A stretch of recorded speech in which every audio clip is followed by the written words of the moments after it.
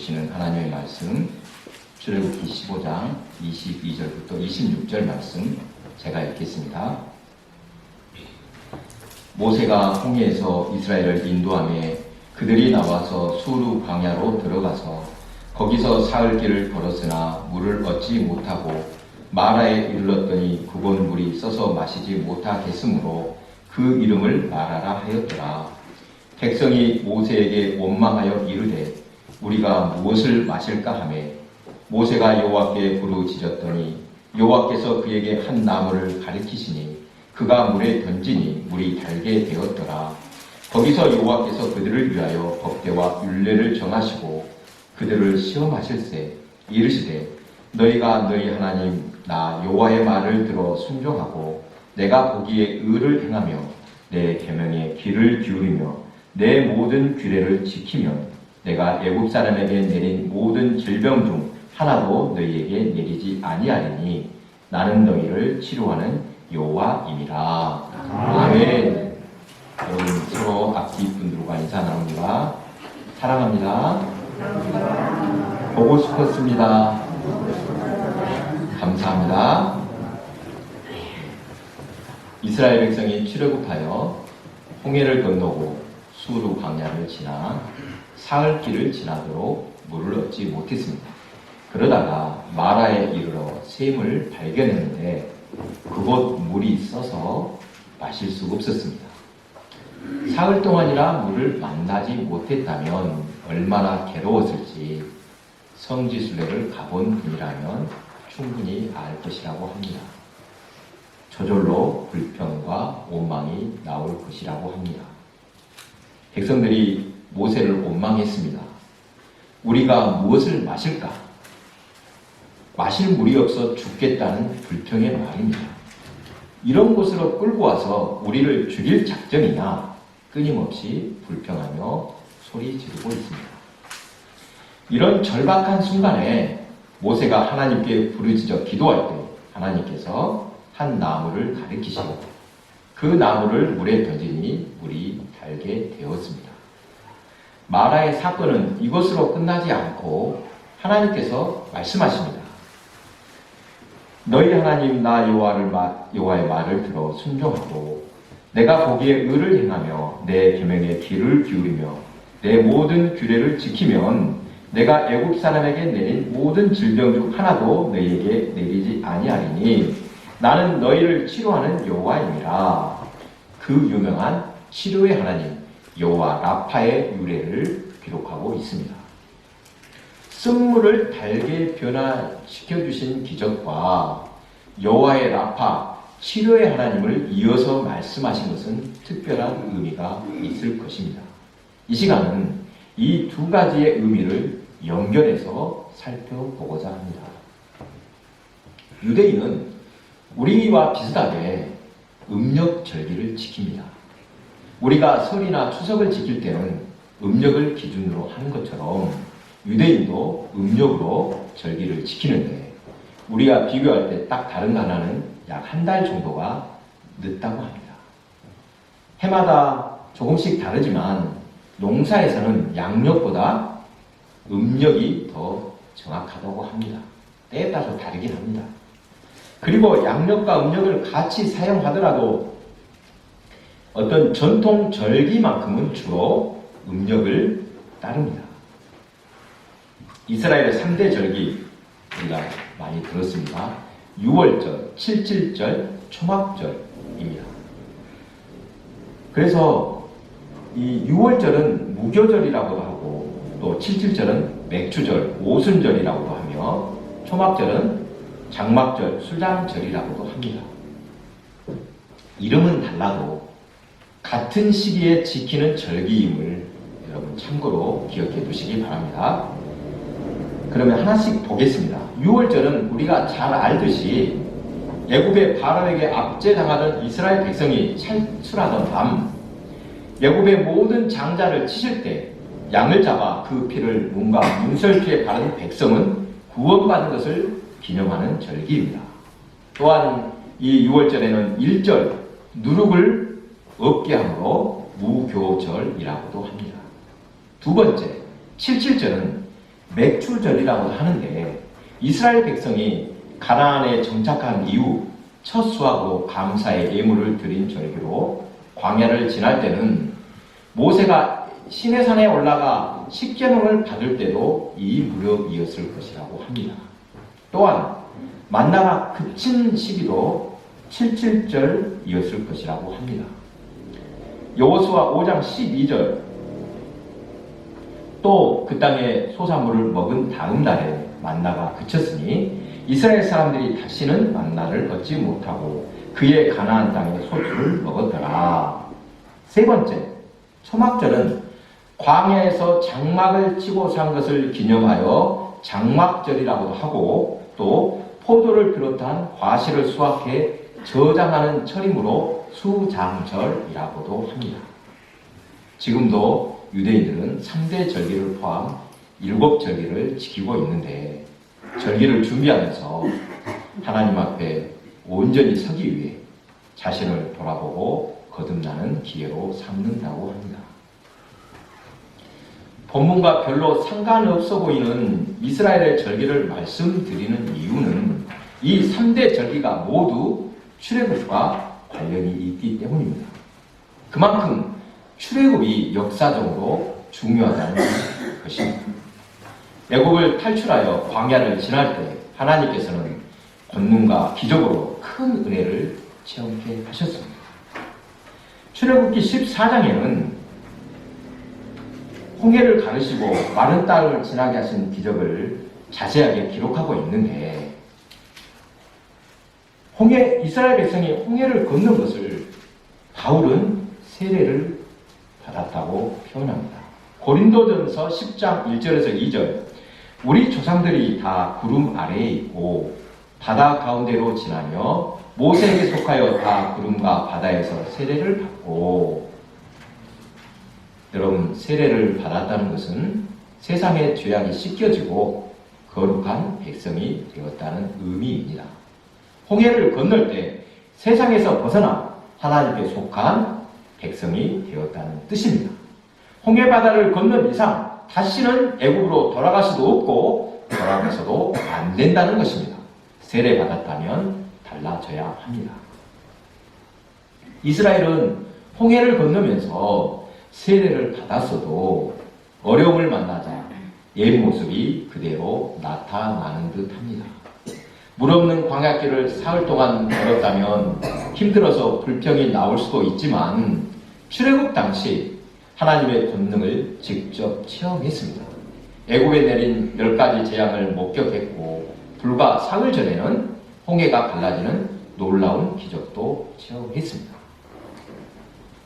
마라에 도착하여 목이 마른 중에 샘을 만났으나 써서 마실 수 없자 불평하는 것도 이해가 됩니다만 은혜 받은 지 얼마나 지났다고 금방 잊어버리고 모세를 원망하고 있습니까? 이는 그 옛날 이스라엘 백성의 모습만이 아니라 오늘날 우리의 모습은 아닌지 돌아보게 됩니다. 코로나 이후의 교회는 달라질 것이다. 달라져야만 한다고 바랍니다. 이번 코로나 사태를 겪으며 한국교회는 사회로부터 많은 비난을 받았습니다. 교회에서 확진자가 많이 발생해 교회가 전염병을 퍼뜨렸다고 욕을 먹었습니다. 대면 예배를 금지한 것을 두고 종교 탄압이라고 반발하는 모습을 보이므로 더욱 욕을 먹기도 했습니다. 도시에 있는 교회들은 교인 수가 줄었다고 야단입니다. 어느 때보다 위기인 것 같습니다. 이런 모습은 본문에서 이스라엘 백성이 마라에 이르렀을 때와 비교할 수 있습니다. 좋을 때는 드러나지 않다가도 어려움을 만날 때 진짜 신앙이 나타난다고 합니다. 여러분, 신앙인은 어떤 일을 만나도 항상 신앙의 눈으로 봅니다. 모든 일이 하나님 앞에서 일어나는 일이라고 인정하는 것입니다.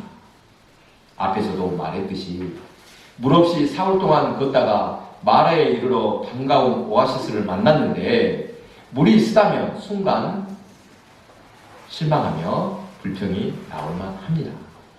하지만 지금 그들이 걷고 있는 광야는 하나님께서 인도하신 길입니다. 어쩌다가 그곳에 들어선 것이 아닙니다. 하나님께서 그들을 직접 인도하셔서 그곳에 이른 것입니다. 그러니까 홍해가 갈라져 마른 땅으로 건널 때만 하나님께서 함께 하신 것이 아니라 지금 마라의 쓴물에 이르렀을 때도 하나님께서 그들을 인도하고 계셨다. 이것을 잊고 있는 것입니다. 수차례 말씀드렸듯이 하나님의 백성이라고 해서 세상의 어려움이 비껴가는 것은 아닙니다.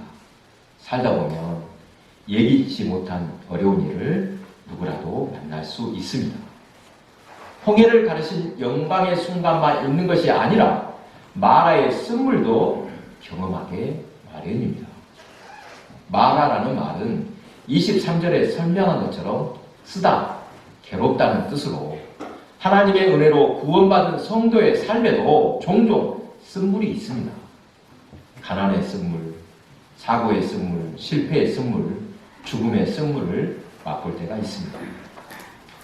이러한 순간에 이스라엘 백성이 마라의 쓴물을 만난 것처럼 인생에서 힘들고 어려운 일을 만날 때 어떻게 대처하는가? 여기서 신앙이 나타납니다. 대체로 사람들은 쓴물을 맛보면 원망하고 불평하기 쉽습니다. 신앙이 없기 때문입니다. 불과 사흘 전에 하나님께서 행하신 크신 권능을 또 기적을 체험하고도 금방 잊고 맙니다. 하나님을 찬양하며 춤추던 백성들이 사흘 만에 원망하고 불평하고 있습니다. 이런 모습을 보면서 인생은 사람이 믿을 수 없다는 것을 다시 한번 생각하게 됩니다. 이렇게 믿음이 약해지고 우리 힘으로 해결 못할 일을 만날 때 어떻게 극복할 것인가? 이것이 신앙의 숙제입니다. 여러분은 이런 순간을 어떻게 극복하고 계십니까? 저는 개인적으로 연초에 어려운 일이 있었습니다. 어려움이 닥칠 때는 여러 방면에서 한꺼번에 닥치는 것 같습니다. 부모님과 또 가정, 교회, 건강에 이르기까지 남모를 어려움이 있었습니다. 지금 이렇게 고백하는 것은 나름대로 방법을 찾았기 때문입니다. 그런 어려움이 닥치기 전 저를 위해 기도하시는 분이 목면하시기를 미리 알고 그러시는 것처럼 특별히 기도를 많이 하라 이렇게 권면하셨습니다. 지금 생각해도 그때 어려웠는데 어떻게 잘 넘길 수 있었는가 조용히 돌아보니 미리 기도했던 것이 큰 힘이었습니다. 만약에 기도로 준비하지 않았다면 큰 시험에 빠질 뻔했습니다. 그리고 그때 성경을 계속 읽었는데 말씀을 읽을 때 하나님의 은혜가 있었습니다. 역시 신앙인에게는 말씀과 기도가 무기라는 것을 몸소 체험하게 되었습니다. 그런 순간을 넘기면서 배우게 된 것이 우리가 기도해야 할 이유를 분명히 알게 되었습니다. 기도하면 어려움이 닥치더라도 피할 길을 얻을 수 있기 때문입니다. 기도한다고 어려운 일이 아예 없는 것은 아닙니다. 성도도 똑같이 고난을 만나고 뜻하지 않는 일을 당할 수 있습니다. 그러나 세상 사람들과 믿는 사람이 근본적으로 다른 것은 바라보는 시각이 다릅니다. 보는 눈이 다릅니다. 기도하는 사람은 영안이 있습니다. 모든 일에 하나님을 중심으로 판단합니다. 이것은 참으로 중요합니다. 같은 일도 어떻게 보느냐에 따라 완전히 달라집니다. 여러분 꼭 기억하시기 바랍니다. 육신의 생각은 원망과 후회가 있을 뿐이지만 기도하는 사람에게는 하나님의 섭리가 보입니다. 제가 오늘 설교를 시작하면서 오늘 본문에서 살펴볼 것이 쓴물을 내는 샘을 달게 변화시킨 사건과 또 치료하시는 하나님 여호와 라파가 어떻게 연결되는지 살펴보자고 했습니다. 히브리어에서 샘과 눈은 발음이 같습니다. 우리 한글에서 입에서 나오는 말, 또 타고나는 말이 글자가 같은 것처럼 히브리어 아인, 이 아인은 샘, 우물인데 사람의 눈도 아인입니다. 성경에서는 가끔 의도적으로 이런 표현을 쓸 때가 있습니다. 그러니까 본문에서 마라에서 쓴 샘을 변화시켰다는 것은 백성들의 눈을 변화시켰다는 뜻입니다. 눈이 변화되었다는 것은 바라보는 그들의 마음 자세가 변했다는 것입니다. 쓴 샘을 달게 하셨다는 말씀은 백성들의 눈을 고치셨다, 치료하셨다는 것으로서 그분은 치료의 하나님 여호와 라파라는 말씀입니다. 하나님께서는 몸만이 아니라 마음까지 치료하신다는 의미로 성경은 오히려 몸보다 어쩌면 마음의 치료와 변화를 강조하시는 것 같습니다. 계속해서 코로나 이후를 걱정한다는데 이 시대를 냉철하게 보아야 할 것 같습니다. 받아들일 것은 받아들이면서 변화를 준비해야 합니다. 우선 아무리 시대가 변해도 인간의 근본적인 종교성은 사라지지 않을 것입니다. 하나님의 교회 결코 사라지지 않음을 믿으시기 바랍니다. 다만 교회의 형태나 예배드리는 모습은 변할 수 있습니다. 어떤 형태로 변할 것 같습니까? 상상이 되십니까? 벌써 우리도 경험했습니다. 비대면 예배. 여러분이나 저나 이번에 처음 들어본 말일 것입니다. 비대면 예배. 모여서 예배드리던 교회에서 흩어져 각자 예배하는 교회로 변할 수 있습니다. 건물 중심 유형의 교회에서 무형의 온라인을 통해 예배드리는 시대가 올 수 있습니다. 이것을 어떻게 받아들여야 할지 모르겠습니다만 남에게 보여주거나 남을 의식하지 않고 각자가 하나님을 깊이 만나는 것이 무엇보다 중요한 시기가 되었다고 할 수 있습니다. 지난주에도 계속해서 역사위원회 소속으로 설립 100주년 교회를 탐방했습니다. 대부분 역사적인 자료가 유실되고 없었습니다. 50년 전으로 올라가면 거의 자료가 없습니다. 다니면서 일부 흥미로운 것을 발견했는데 한 가지 예를 들어보겠습니다. 보성국교에서 혹시 여러분 그 본당 앞에 종탑 있는 거 보셨습니까? 읽어보셨습니까? 예, 거기에 설명문이 있습니다. 설명문을 제가 대충 읽어보았습니다. 1932년도에 어느 교인이 평안까지 가서 그 종을 구입해서 기증했다고 합니다.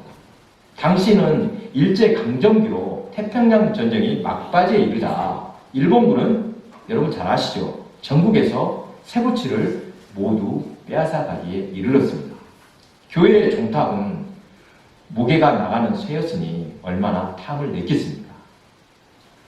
몇 번 왔습니다. 그런데 그때마다 기적 같은 일이 생겨서 끝까지 보존할 수 있었다고 합니다. 이런 일을 경험하며 하나님께서 그 종탑을 지켜주셨음을 믿게 되었다고 합니다. 길뚝교에서 출간한 우리의 목양자 박석순 목사라는 이 책이 있습니다. 여러분 보셨죠? 이 책을 보니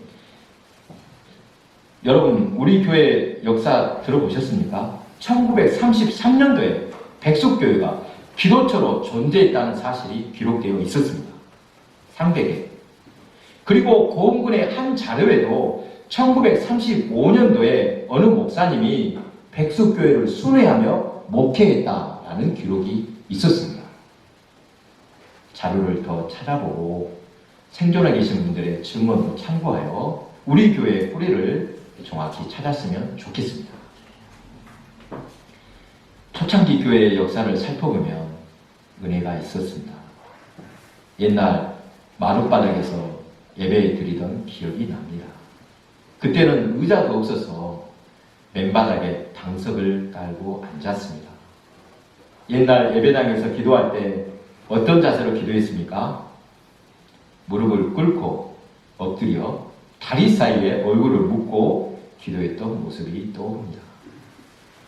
그 시절에 신앙생활을 했던 분들은 가난하고 환경은 열악해서도 그때가 훨씬 더 뜨겁고 진실한 신앙이었다고 말할 것입니다. 교회는 넉넉하다고 편리하다고 은혜로운 것이 아닙니다. 이번에 여러 교회 예배당을 돌아보면서 발견한 것이 은혜가 있는 교회당은 벌써 분위기가 달랐습니다. 시설의 편리함과 불편함은 크게 상관 없었습니다. 건물은 그럴듯해도 어딘가 모르게 썰렁함이 느껴지는 곳이 있는가 하면 왠지 반질반질하게 느껴지는 교회당이 있었습니다.